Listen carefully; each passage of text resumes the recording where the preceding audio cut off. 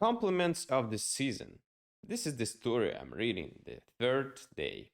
So, thank you guys for coming back to the next video. Hope you're all doing great, and we are beginning.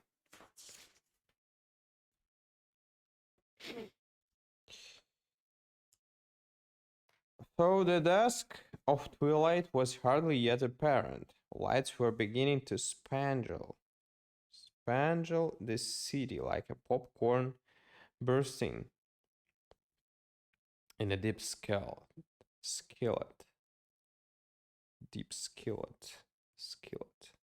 Christmas Eve, impatiently expected, was peeping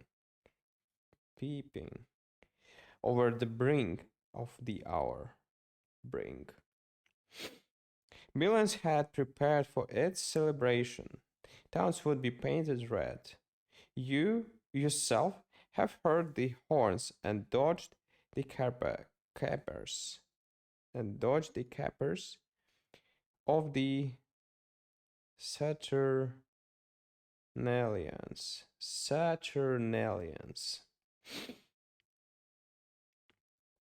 Pigeon, McCarthy, Blake Riley, and One Ear Mike held a hasty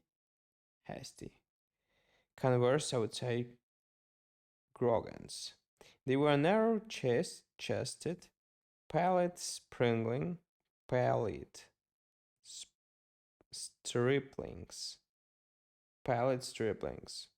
not fighters in the open, but more dangerous in their ways of warfare than the most terrible of Turks.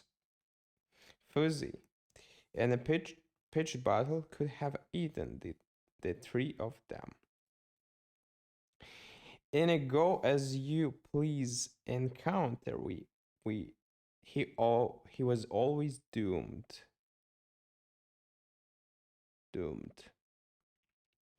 They overtook him just as he and Betsy were entering Costigan's casino. They deflected him and shoved the newspaper under his nose. Fuzzy could read and more. Boys, said he, you are certainly damn true friends. Give me a week to think it over. The soul of a real artist is quenched with difficulty. The boys carefully pointed out to him that advertisements were soulless and that the deficiencies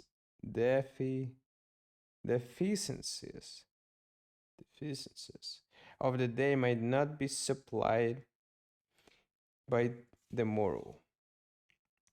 A coal 100, said Fuzzy thoughtfully and Miss mushily.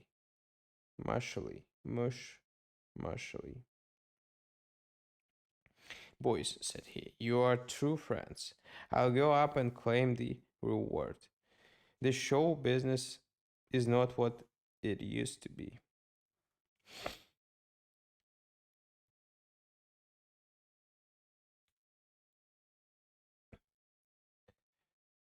Night was falling more surely. The three tagged at his sides to the foot of the rise on which stood the millionaire's house. Their Fuzzy turned upon them acrimoniously.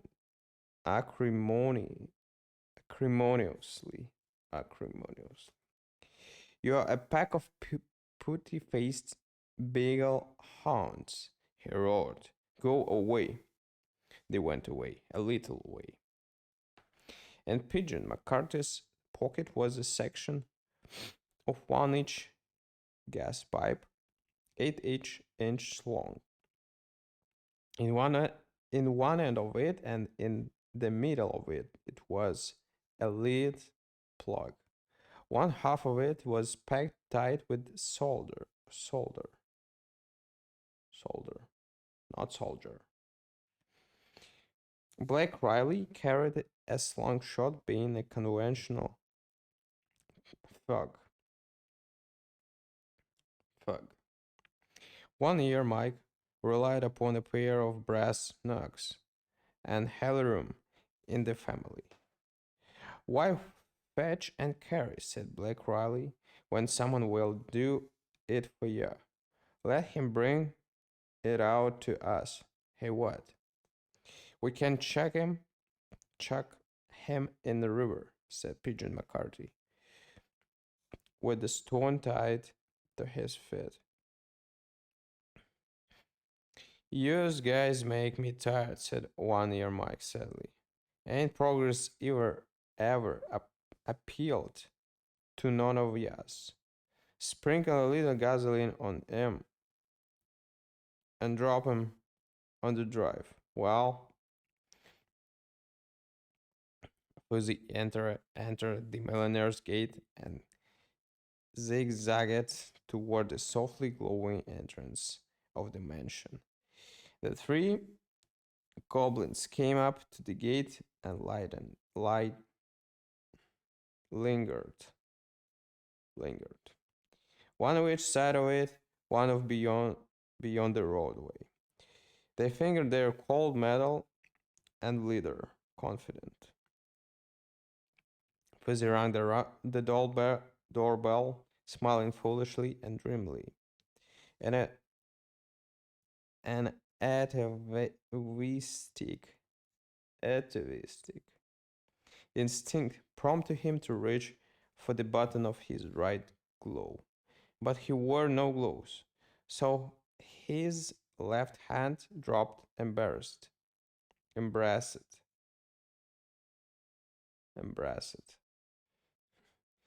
The punctual, sorry, the particular manial, whose duty it was to open doors to silks and laces, shelled at first sight of Fuzzy. But a second glance took in his passport, his card of admission, his surety of welcome, the lost rag doll of the daughter of the house dangling under his arm.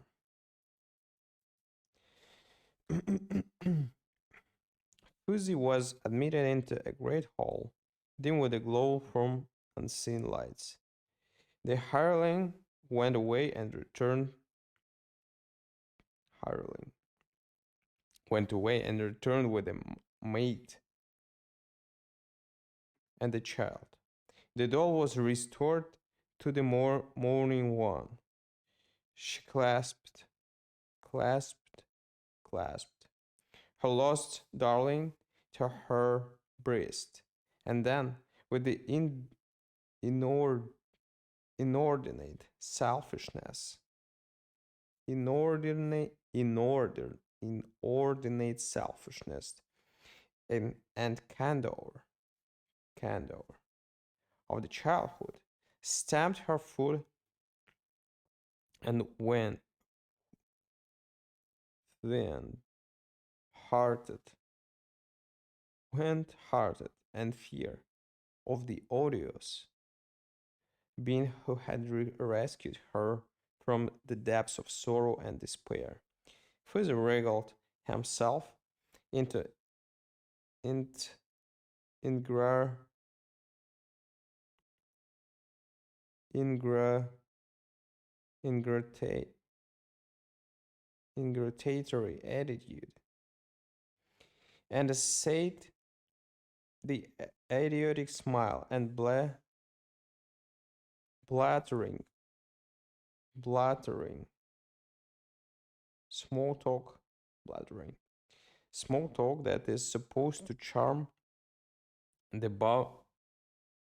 budding intellect of the young. The child bowled, and was dragged away, hanging her Betsy clothes. There came the secretary, pale, poised, polished, gliding in pumps, and worshipping pomp of ceremony. He counted out in the Fuzzy's hands $10 bills, then dropped his eye upon the door, transferred it to James, its custodian indicated the obnoxious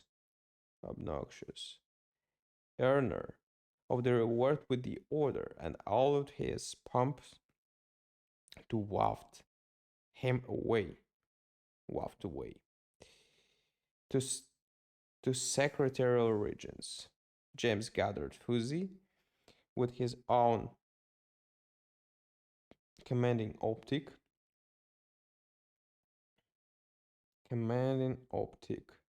and swept him as far as the front door. Then the money touched Fuzzy's dingy palm. Dingy palm. His first instinct was to take to his heels, but a second thought restrained him from that blunder of etiquette. It was his. It had been given him. It, and oh, what an Elysium! It opened to the gaze of his mind's eye. He had tumbled to the foot of the ladder. He was hungry, homeless, friendless, ragged, cold, drifting, and he held in his hand the key to a paradise of the mud honey that he carved. The fairy doll had waved a wand with her rag stuffed hand, and now whatever he might go, the enchanted